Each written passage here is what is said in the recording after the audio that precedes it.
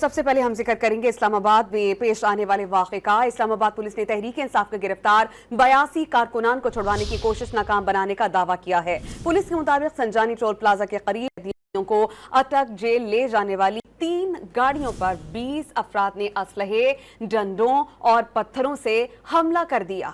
Firing سے 4 اہلکار زخمی ہو گئے، ملزمان کو گرفتار کر لیا گیا ہے۔ دیگر کی گرفتاری کے لیے ٹیم تشکیل دے دی۔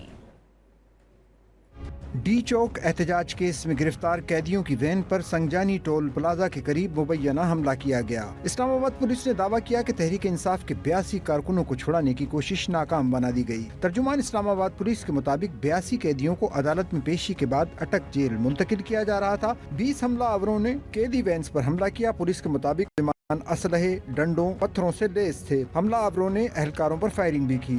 ترجمان اسلام آباد پولیس کے مطابق اہلکاروں نے تمام تر صورتحال کو انتہائی دلیری سے نمٹایا۔